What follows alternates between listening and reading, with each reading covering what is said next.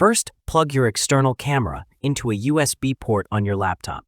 Most webcams are plug and play, so Windows should automatically detect and install the drivers.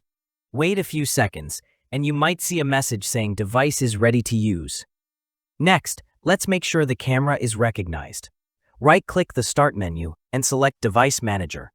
Under Cameras or Imaging Devices, you should see your external webcam listed. If you see it there, it means your system has detected it properly.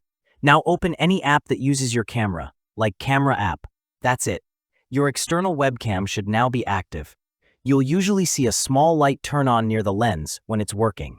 If the camera isn't showing up, try plugging it into a different USB port, restart your laptop, or reinstall the drivers by going into Device Manager.